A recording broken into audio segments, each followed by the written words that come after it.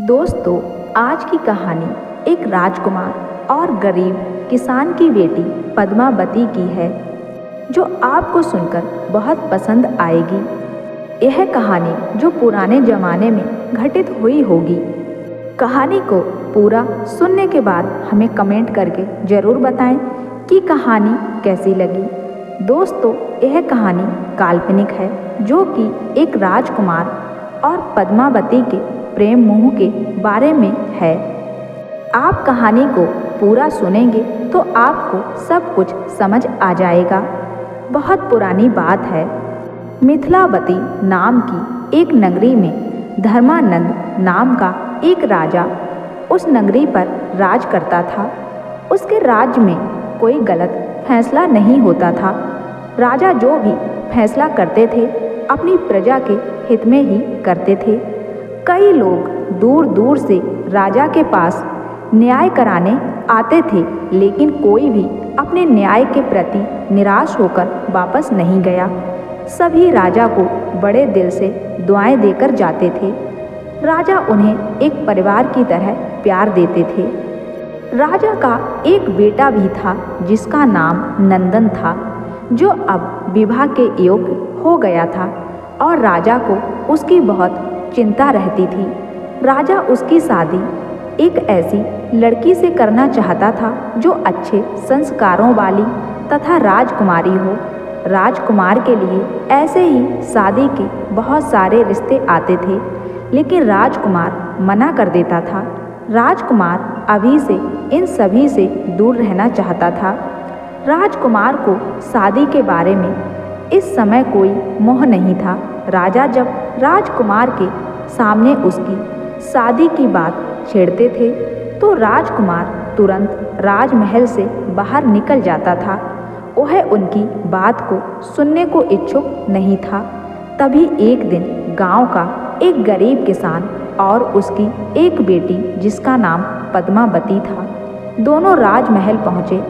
पद्मावती बहुत ही सुंदर, गुणवान तथा आकर्षित स्वभाव की थी, मानो इंद्रलोक से कोई अप्सरा आई हो।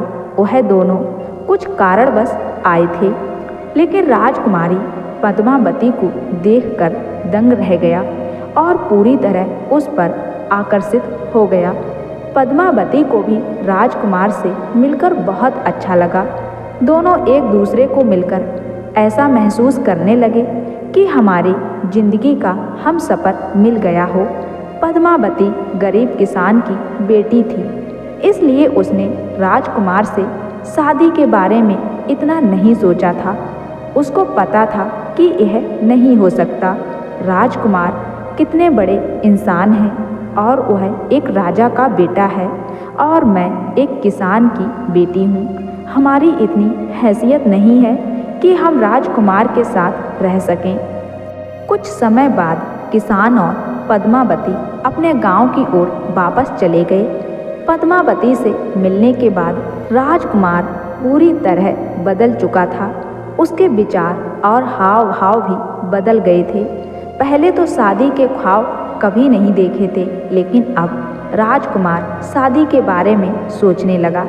यह बात राजा को पता चली तो राजा ने इनकार कर दिया, क्योंकि राजा राजकुमार की शादी एक राजकुमारी से कराना चाहता था और पद्मावती गरीब किसान की बेटी थी। राजा के मना करने पर राजकुमार बहुत चिंतित थे, उदास से रहने लगे। राजा के लिए राजकुमार की खुशी से बढ़कर कुछ नहीं था। राजा अपने बेटे को उदास और इस हालत में नहीं देख सके और राजकुमार से पद्मावती की शादी के लिए हाँ कर दी। राजा के हाँ करते ही राजकुमार में खुशियों की बहार उठ गई। वह आज इतने खुश थे कि शायद ही कभी हुए होंगे। तभी राजा ने अपने मंत्रियों को आदेश दिया कि पद्मावती और उसके पिता को बुलाकर राजकुमार और पद्मावती दोनों की शादी करवा दी जाए। राजकुमार और पद्मावती एक साथ बहुत खुश थे। उन्हें खुश देखकर पिता को भी बहुत अच्छा लगा।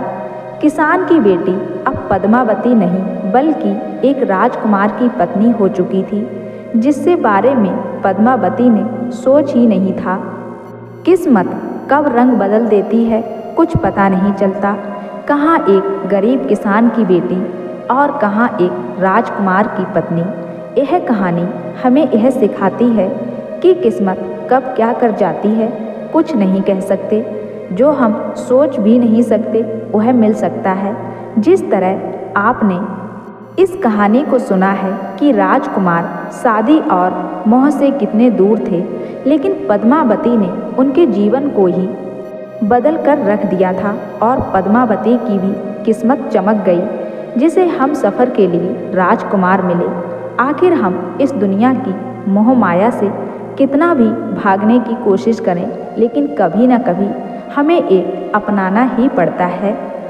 दोस्तों, कहानी पसंद आई हो तो मेरे चैनल को सब्सक्राइब जरूर कर लेना, साथ ही बेल आइकन को प्रेस करके ऑल पे क्लिक कर देना, जो ऐसी ही अच्छी अच्छी कहानी आपको सबसे पहले मिल जाए। और वीडियो को लाइक शेयर जरूर कर देना।